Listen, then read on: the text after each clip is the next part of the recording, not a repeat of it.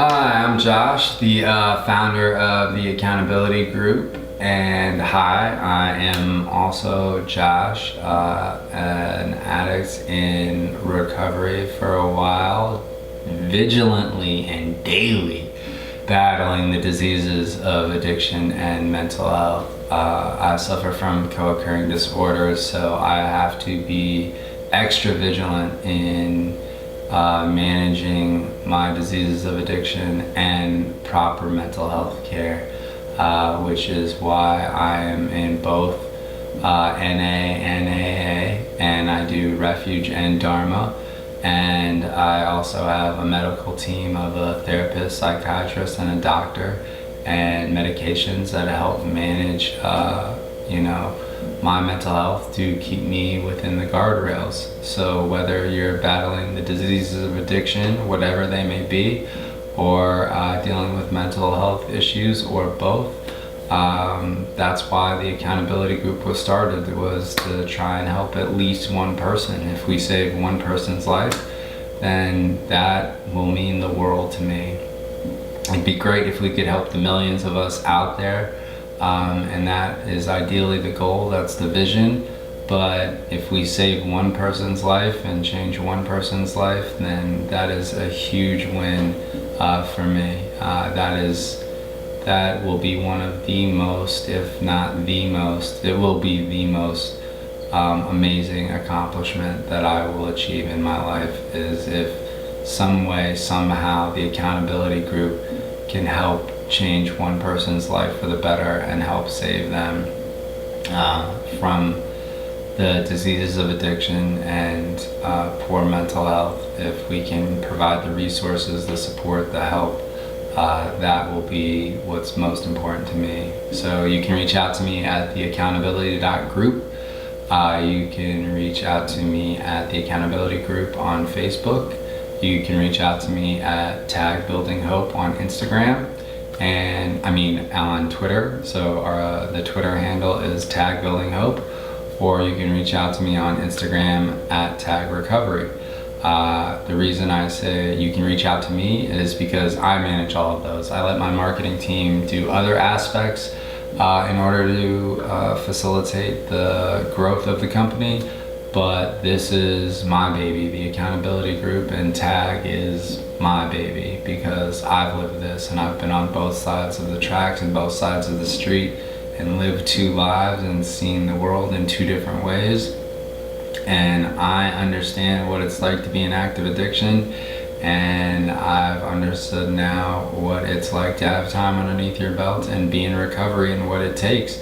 And it takes, when your feet hit the floor, being appreciative, grateful, and humble, and realizing that you have 24 hours and you have to fight.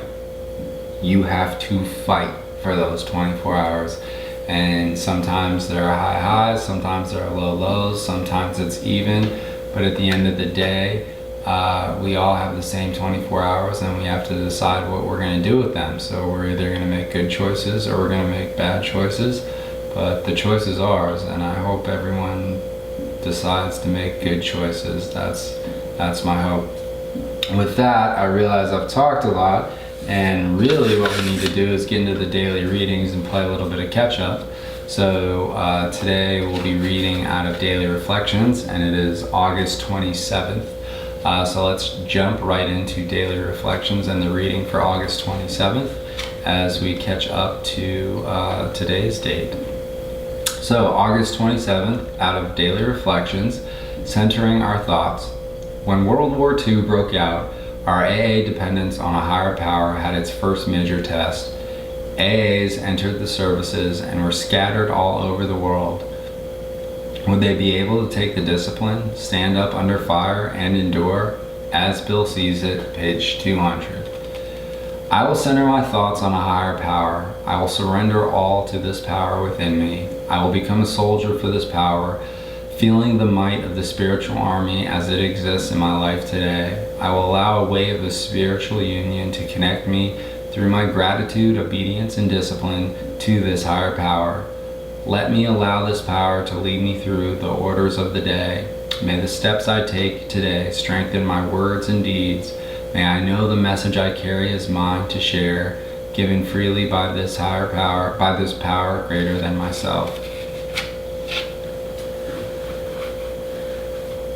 That one's a wild one because I always think of extremes in life, and one of them is that ultimate test, or the ultimate test that we will face, whether it's the passing of a loved one, or in this case, individuals going to war. I mean, whether you're in combat or you have come back from a tour of duty and now you have to get used to civilian life, or being stationed at a base and no longer being in combat and dealing with the mental health side of things with like potential PTSD or something along those lines, and potentially finding relief or refuge in, unfortunately, the other side of things, the diseases of addiction, because the two can be co-occurring and cause some serious issues. I know a lot of veterans who deal with both, and it is a challenge.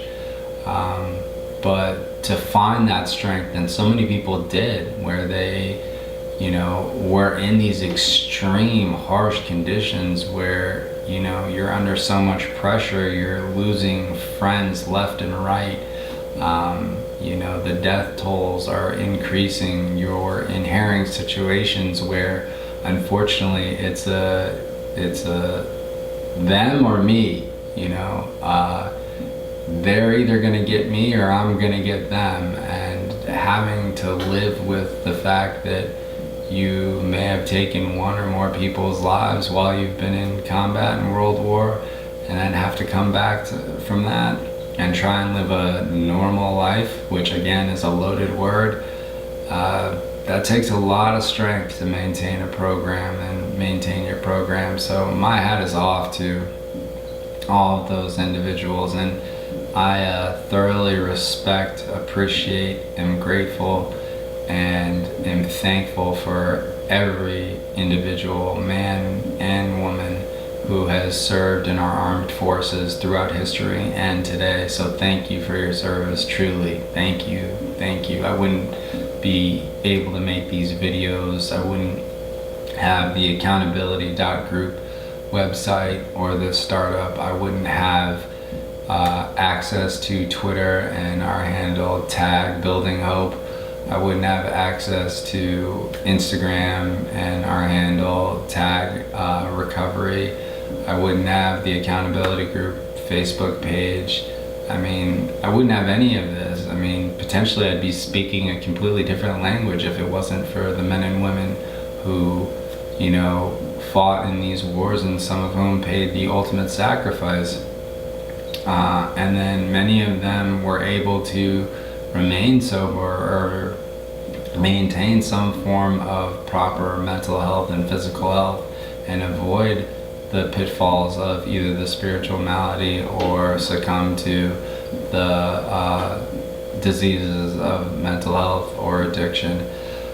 So, what I've really gained, at least in my program, is a deep and earnest respect for those who have come before me, and those who currently serve, and those who have been capable of maintaining their intentional willingness to maintain their sobriety and battle against the diseases of addiction and mental health, and have been sources of inspiration and people that I admire and respect and am eternally grateful for and indebted to. And there's no way that I could ever repay the men and women of the armed forces, past, present, and future, who have protected my liberties and freedoms to be able to even make this video. I mean, and again, thank you. I have the utmost respect for you and what you do, and just